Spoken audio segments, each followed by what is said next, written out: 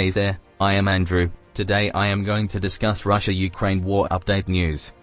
Ukrainian forces strike key bridge in Russian-occupied South Kyiv. Ukrainian forces have struck and seriously damaged a bridge that is key for supplying Russian troops in southern Ukraine, a regional official said Wednesday, as Russian shelling killed civilians including a boy in the embattled country's northeast. Kirill Stremasov, deputy head of the Moscow-backed temporary administration for the Russia-controlled southern Kherson region, said the Ukrainian military struck the Antonivsky Bridge, which crosses the Dnieper River, with missiles Wednesday, scoring 11 hits.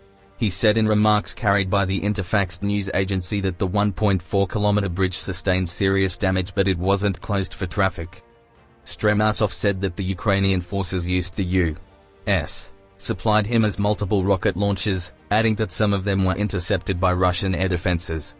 The bridge wasn't closed, traffic across it is still continuing, but the situation is serious, Stremasov said, according to Interfax. The bridge is the main crossing across the Dnieper River in the Kherson region. Knocking it out would make it hard for the Russian military to keep supplying its forces in the region amid repeated Ukrainian attacks.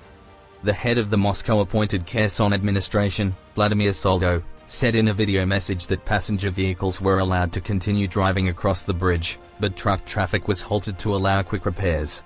He noted that trucks could cross the river using a dam about 80 kilometers away. Wednesday's shelling of the bridge was the second in as many days.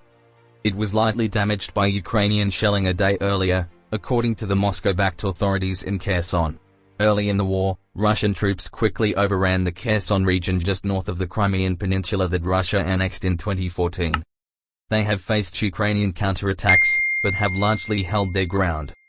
Russian Foreign Minister Sergei Lavrov said in an interview with the state-controlled RT television and RIA Novosti news agency released Wednesday that Russia has expanded the scope of its special military operation in Ukraine from the Moscow-backed Donetsk and Luhansk regions in the east to the Kherson and Zaporizhia regions and other territories.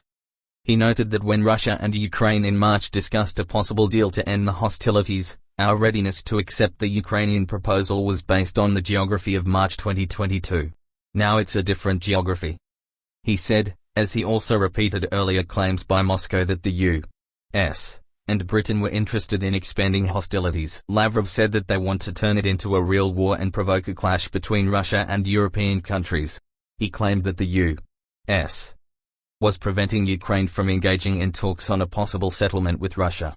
They are keeping them from any constructive steps and not only pumping in weapons but forcing them to use those weapons in an increasingly risky way, Lavrov said.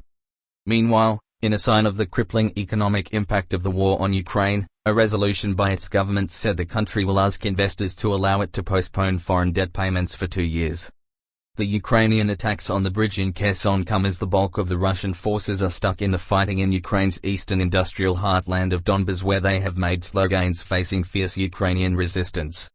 Russian Defense Minister Sergei Shoigu inspected the troops in the east, ordering them to act more aggressively to down Ukrainian drones and prevent Ukraine's army from shelling the areas that have been taken by Russian forces. Russia's ground advance has slowed, in part because Ukraine is using more effective U.S. weapons and in part because of what Russian President Vladimir Putin has called an operational pause. Russia has been focusing more on aerial bombardment using long-range missiles.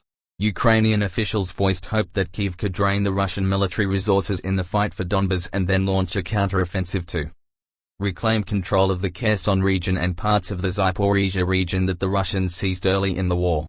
With indications that Ukraine is planning counterattacks to retake occupied areas, the Russian military in recent weeks has targeted the Black Sea port of Odessa and parts of southern Ukraine where its troops captured cities earlier in the war. Kherson, site of a major ship-building industry at the confluence of the Dnieper River and the Black Sea near Russian-annexed Crimea, is one of several areas a U.S. government spokesman said Russia is trying to annex. Following months of local rumors and announcements about a Russian referendum, White House National Security Council spokesman John Kirby said Tuesday that U.S. intelligence officials have amassed ample new evidence that Russia is looking formally to annex additional Ukraine territory and could hold a sham public vote as soon as September. Russia is eyeing Kherson as well as the entirety of the Luhansk and Donetsk oblasts. Russia is laying the groundwork to annex Ukrainian territory that it controls in direct violation of Ukraine's sovereignty, Kirby said in Washington. Kirby also said the White House is expected to announce more military aid for Ukraine later this week. The aid is expected to include more HIMARS systems, a critical weapon Ukrainian forces have been using with success in their fight to repel Russian troops.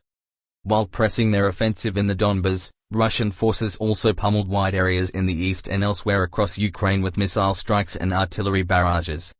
Ukraine's presidential office said that at least 13 civilians were killed and a further 40 wounded by the Russian shelling across the country in a 24-hour period. On Wednesday, at least 3 more people died when Russia shelled the northeastern city of Kharkiv with Hurricane Salvo rocket systems, authorities said. The victims were a 69-year-old man and his wife and his boy who were waiting at a bus stop. The boy's sister was injured according to the Kharkiv Regional Prosecutor's Office. Subscribe for more update news of Russia-Ukraine war.